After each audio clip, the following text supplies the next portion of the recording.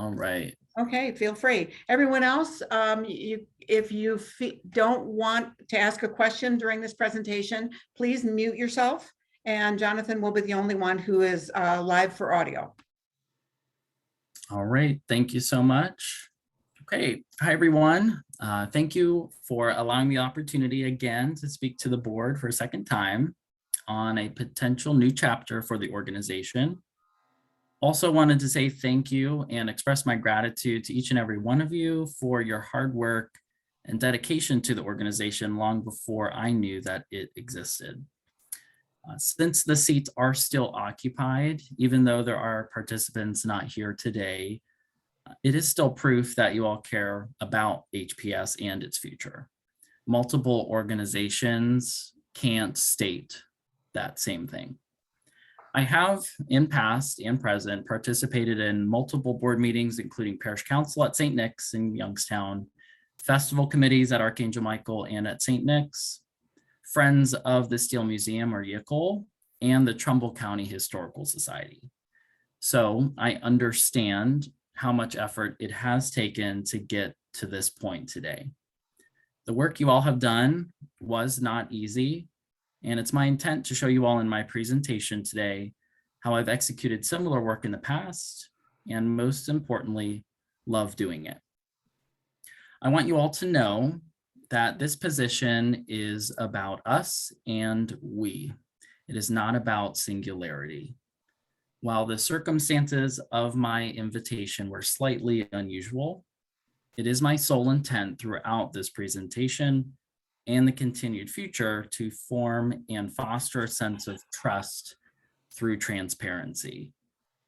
While I can lead the Kalamatiano, can it not be said that the dance is holistically better with a group of people behind the leader? So it is through combined efforts of the board and the director, regardless of the outcome today, that each of you, that this organization will thrive together. So it's going to take a village. All right. So essentially through the presentation, I'm just going to explain a little bit more about myself, what drives me or motivates me, the network of people who I have and continue to form a network with, and the fine print for something in the future. All right, here's just a little bit of my resume. I just pretty much added 2 screens full of it. In case you want a copy, I could always email it to you. Pretty much my professional summary is gravitated towards design, exhibit work, but also it experiences curation, also archival work as well. Currently insurance agent, which was more so a placeholder while I wait for an opportunity like this. And in terms of the climate for COVID, it did put a damper on some of the cultural institutions, or in general, museums and entities like HPS in general, that it has slowed down in the process. So looking forward to at least getting back in the field again. So Masters of Arts, graduated in 2020, right at the height of the pandemic. I do have an LLC officially that did help me work with the Steel Museum as a subcontractor. Most of my work did come out of the Steel Museum. There are some of my experiences there. So I did a lot of the virtual and in-person exhibits, scripting, casework, all of that good stuff, programming, flyers, event planning. I've done it all. Hands-on experience also included archiving, cataloging, digitizing, and that did help me with my internship of those Youngstown documents that you have seen in my last video. Oral history interviews. I've also provided research findings and a project about the museum to the friends or the board of the museum. And I've also done strategic planning for both the Steel Museum and the Trumbull County Historical Society. So a lot of experience on those realms. A lot of fundraising also I've done and participated in conservation conferences. So a couple of those things as well. Again, I could always send you a copy of this, but it's pretty much just black and white things. What I strive to accomplish with HPS are everything here and more. Most of this is going to include a lot of outreach events, building a volunteer network of individuals to help out with many things, cultural gardens, events themselves, like Greek festivals, and hosted events like One World Day or the Collis Lecture, all of that kind of thing. I'm going to click on links later because I'm not sure how it's going to mess up the presentation here, but I have examples of some things that I can show.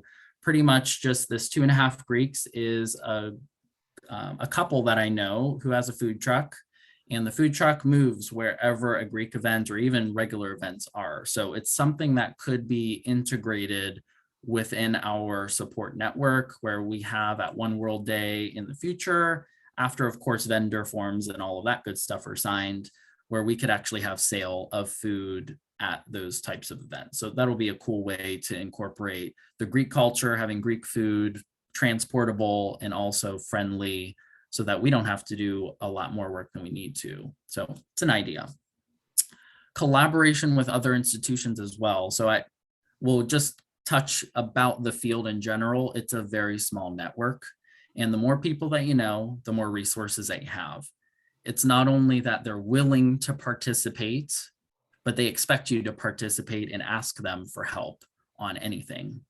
So on an event that I actually just attended on the 30th, I talked a little bit about a future leaf with HPS and a potential future exhibit of Greeks in Northeast Ohio, and how anyone that you know that might be in the allied trades, bridge painters, tower painters, steel workers, I'm sure each and every one of you or some of your family members has had someone locally work is in the industrial side of things as they were first here as immigrants. And so this would be a huge way of having a fundraiser on a behalf where we would support the scripting and writing information about Greeks and them putting it in a permanent installation there. So really, really good opportunity. Oral histories. The National Hellenic Museum has an entire page full of oral histories, and it is a sponsored thing. So they've done pretty much what you need to do. We just have to curate it to a Northeast Ohio sort of atmosphere where you take what they have, they allow you to lease or rent their equipment, and you pretty much send it to them and it's stored in their archive. There's going to be ways for us to access that and to include it in our collection as well, which is just contract-based sort of things, which is nothing unusual. And then we get down to who's going to do it. At YSU, I participated in the oral history class, so I know that it's there. And I know that each time the oral history class is offered, they have a mission or they have a set program that they're going to go with. It'd be really cool to have a class do this project. Other universities are going to have the same thing. And also volunteers. There are going to be so many people that if this project is offered, they would definitely want to interview someone who they look up to, some mentor that they have had, or someone who they believe is instrumental to continuing the Hellenic heritage in their local area, in their local parish as well. So a really good opportunity for that. Talking with my former employer, at least for my internship, Trumbull County Historical Society, one that I really am working in close contact with because they've gone through the same transition from bottom up. They have already offered their assistance, kind of boots on the ground, to distribute any kind of surveys or work to be done in Trumbull County itself. And they also have been doing a recent project in their burial grounds and have found a lot of cultural different cultures that have burial plots there. So they have Italians, they have Greeks, they have other minorities as well. And it would be really cool to hop in on that project to add our scripting and our research to that process as well. So it helps us expand and get our name out there too. Now, obviously, I've only talked about my resources and talked a little bit about what I know, but that's really the whole ball game. Once we start there, it's so easy to expand to the outer parts of Cleveland, the other parts, even southern, more so parts like in Columbiana County. So we're really going to northeastern Ohio, as the name states. Strategic plan, not too sure about where the process is on that, but it's going to be huge and instrumental to the process. So having a strategic plan, or at least rehashing it to an updated form, is going to help for any grant writing, especially the federal or the larger size grants.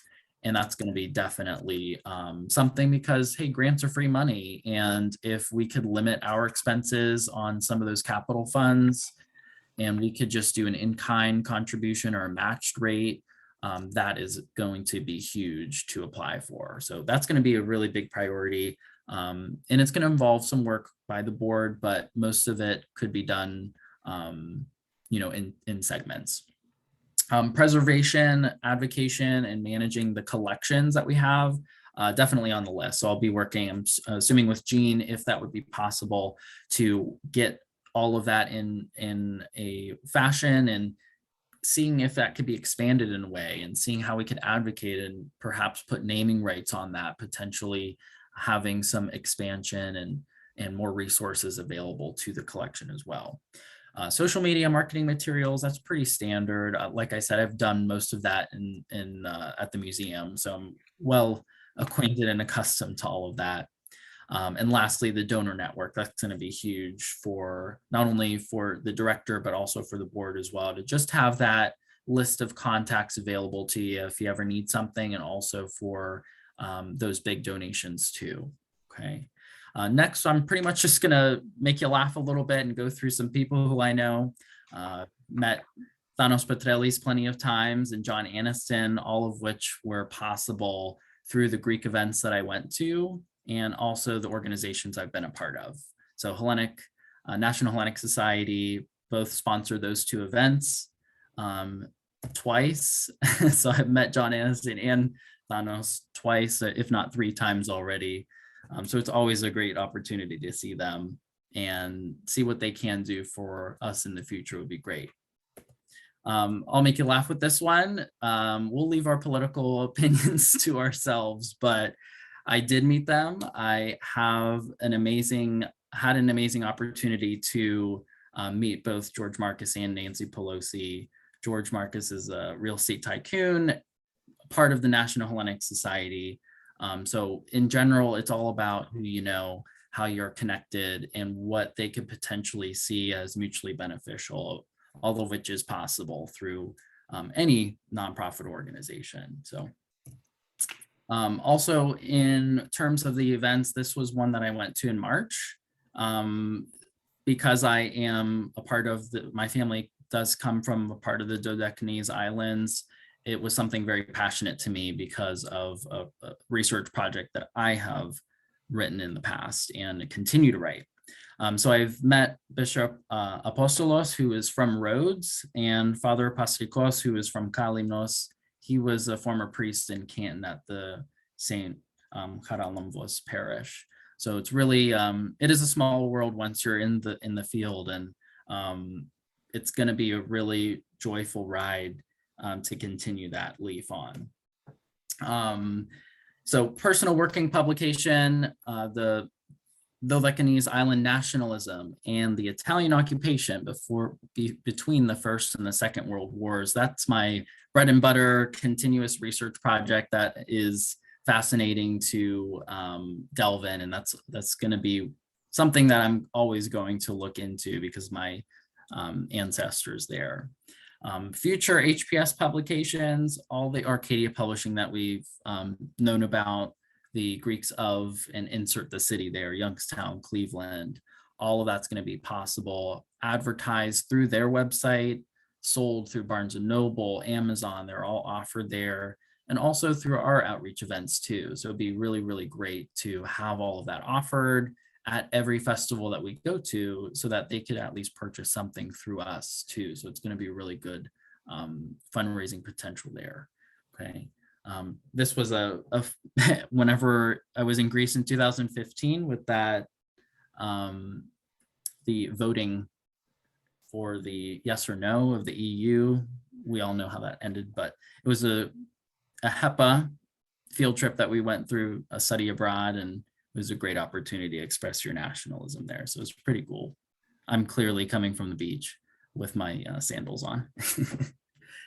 All right, so here's the good stuff. I am willing to do this for that price there, that 15,000. It's going to be a good price. 1250 is going to help me get through my expenses on my side. But with a quarter review, that allows us to review each quarter. And that could be negotiable if you'd like that 6-month time, although there's a lot that could happen in 6 months. So a quarter would get us well beyond the Collis lecture right after the general meeting, and that could be reviewed then. So there could be a lot of donations that come in that might foster growth in that period of time. 25 to 30 hours a week pretty much will guarantee that work to be completed. Now, obviously, there are festivals, so those are going to get up to around 30 hours altogether. And if I have to do some other things during the week, like go up to the cultural gardens, go through, do some tours, which is all possible, it may just have to require a supplement. So something like whether it be gas card, whether it be some value as a food voucher, I don't know, something to help me out get through that. Just because it is going to be a long process if there are no other volunteers through those festivals to, help support that. My reason for having the quarter review is really to keep the 501c3 intact. Because if I received a direct commission, that would violate that. And I definitely don't want anything illegal or anything like that happening. Because at a quarter review, if it's built into the contract, it pretty much would state that it would review the salary at the quarter, and that could be even equivalated to a percentage of the earnings at that point, but it wouldn't be direct. It would be more indirect, and the board would have a vote in that, opposed to, obviously, if we stated a percentage now, 10% or something like that, and we had 1 million in donations, I think we would have a little bit of a conflict there. So I'm trying to be as reasonable as possible to the efforts that we have, and also stating that I honor my growth and I know what my qualifications are, but I'm not trying to take advantage, and I'm trying to do this morally and right for all of you. Okay. Essentially at this point, I can go with a fundraising idea. It's about a 3-minute video. Jean, are we okay for that, or would you like to skip that and just send it through an email?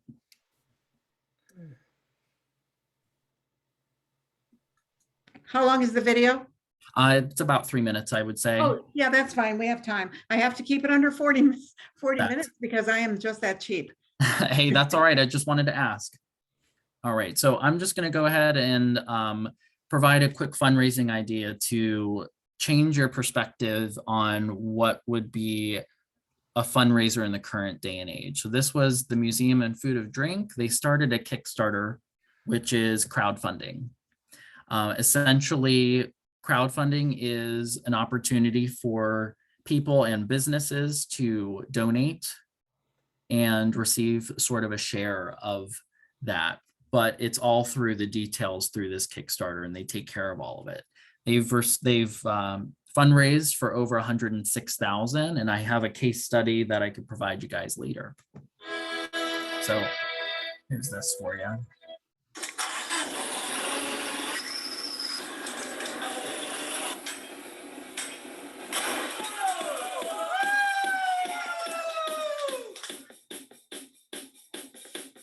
What you just saw was a puffing cannon, a giant 3,200-pound machine that heats grains of rice like this under tremendous pressure and then releases them, boom, to be a puffed cereal just like this.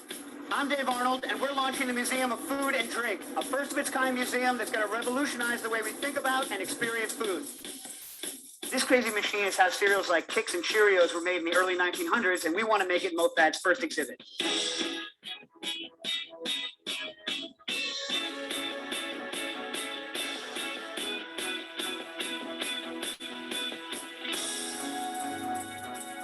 Dave is, culinary Google. If anyone can bring this together, it will be Dave Arnold. You need to be driven and a little crazy, and I think he may fit both of those things. He's the only person that could do it, and that's why that's why he has my absolute full support. I'm serious. Food is involved in some way or another with every part of human life. There's a lot of pieces to the puzzle, and food is certainly one of the larger pieces. No one gives food the respect it deserves. I mean, behind food lies every discipline we could think of in the world. I think a museum would obviously delve deeper and give people a richer, fuller understanding of what ends up on our table or in our glass, for that matter. You're going to be interacting with the food and with the things that make the food, and I think that's what's going to make it a real, complete, holistic experience that you don't get at most museums. Puffing Cannon encapsulates everything that will make MoFat great. It's explosive, it's entertaining, and it tells an important story. Breakfast cereal, as we have it today, would not be the same without this machine. Here's the plan. We've got everything we need to turn this into MoFat's first traveling exhibit. What we need to do is build a trailer and a new platform, and the rest of the money is going to go towards operating expenses for the exhibit. We need your support to get this first puffing gun exhibit off the ground. It is the first Lewis and Clark Pioneer exhibition for something that will one day rival the Smithsonian Air and Space Museum and the Museum of Natural History. But we got to start somewhere. So please help us create the Museum of Food and Drink. It won't exist unless you help. Food truly deserves a museum. I can't believe it doesn't exist yet. I'm going to be supporting the museum with my contribution through Kickstarter, and I hope you do too. I believe in MoFat. New York City needs a food museum. It needs it, really. Please donate and keep Dave from showing up at your door with his puffing gun.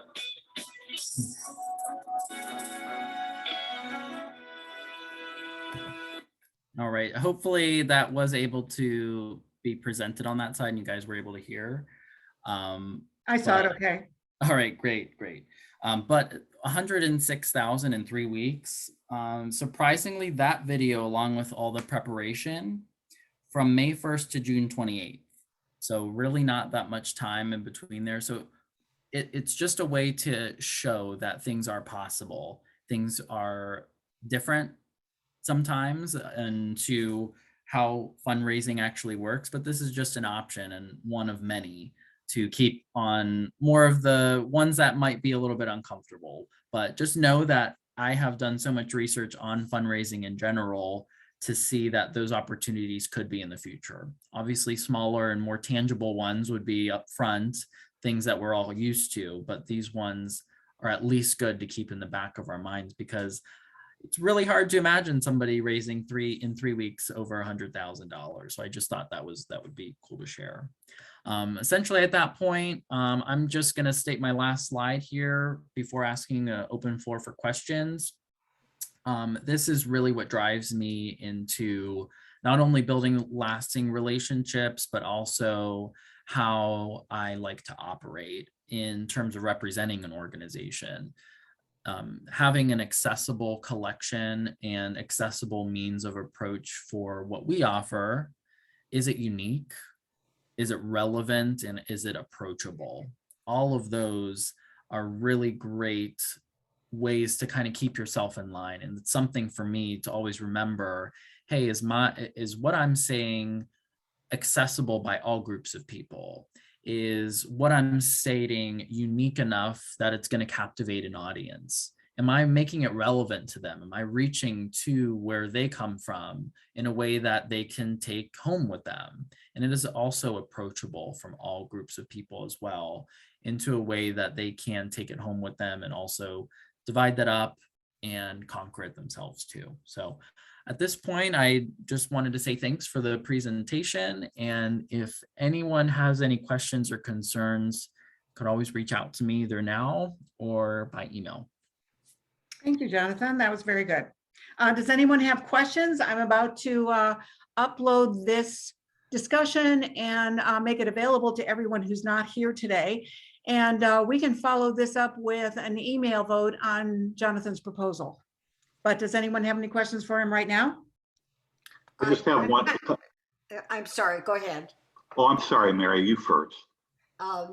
Very quickly, how are you, I understand your example. It's interesting. I'm fascinated by it. But what I'm concerned about is what is spearheading this fundraising? Are you going to put the collection in a particular um, manner in which to inspire people to support it, or how do you plan to initiate the interest? So initiating the interest really would, in my opinion, take from local history, because there's a difference between Youngstown history and Cleveland history, but they come in terms of linking that together with Hellenism. Mhm. And one of the things that I've realized in my hunt for Hellenism, I guess you could say, is that Hellenism was only approachable through the church at one time. It was the only way to experience it. It was the only safe ground. And although that is great and wonderful, and the church supports the Greek culture and pays for its education, there's also a point where it limits itself in reaching from church to church, because there are different churches, there are different customs a part of those churches. So I guess to indirectly answer your question, it's really about boots on the ground. It's trying to get to those people and reach out to them. The Kickstarter example was really just something revolutionary and to just spark interest. It's not necessarily where we're Well, going to it's the start. visual. That's what I'm talking about, Right. the visual. Right. So it was just a visual. It's a way to kind of captivate your mind into thinking that maybe selling a raffle ticket is great, but here's another way of going about receiving money through a different mean, and that's through an online system called crowdfunding. I could give you all material on that to read on your own, the whole case study behind Okay, it, so I at won't least you take the understand. time right Well, I now. think we understand Thank you. crowdfunding. I mean, we've all seen the Kickstarters and the GoFundMes and all of those. Okay. So I think we're Yes. familiar. Yeah, so it was just Thank an you. example. You're welcome, Mary. Thank you for your question. I think I would like you to send your resume Sure. to everybody. It'd be great to Absolutely. to have it. I think almost for, explaining to people, why, what the impetus was in hiring you.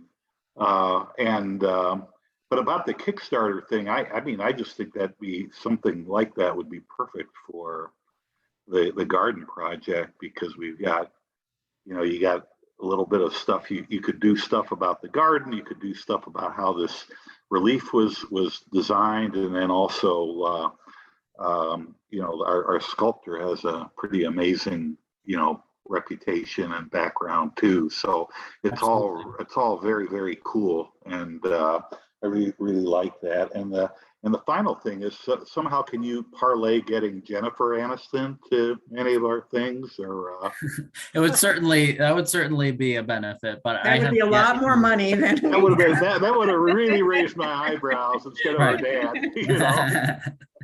I hear you, definitely. Yeah, I will definitely get all that information to you, and I will see about getting you also the whole case study behind that video. And I read this before I watched the video, so this was something that I read during my studies for the Steel Museum, and it divides how they got to that video and what the results were. So I'll send that over to you guys as well. I have one more question. Go ahead, Mary. Mr. Fairplay, he's fascinating and he's very talented. And I spoke before to one of the previous sculptor and asked, would you be willing to allow people to come into your studio and show the process, pinpoints, sort of the high points? Could that be used as something to inspire people? Oh yeah, I mean, I'm program. Sure. I'm sure if it was allowed through his creative process. Obviously, sometimes they're sensitive about allowing it to be publicly visited, but if he's allowing it, and if the organization allows it, I definitely think it would be used. Everyone, that's a way of accessing the process, showing what we're doing, and making that on social media would be great, to showing kind of work in progress wise. So yeah, absolutely. Jonathan, we have 5 minutes left. Is there anything you want to close with? Essentially, I just wanted to say thank you Although, again, my invitation to the organization was, I guess, a little bit different from what you all have been used to, as it was different for me, because I just reached out to ask about a collection, and here transformed into helping you guys along your journey. I just wanted to say thank you for the invitation, even to have this meeting today. So just wanted to express my gratitude to each and every one of you. Okay, Thank thank you. you. Thanks. All right, I'm going to upload this. I will send everyone a link so that you have this, and we will have an email discussion on your proposal. Thank you very much. That was really good. Thank you so much. All right, look forward to hearing from everybody. Take care. All right, Thank bye-bye. you. All Bye. right, bye. Bye.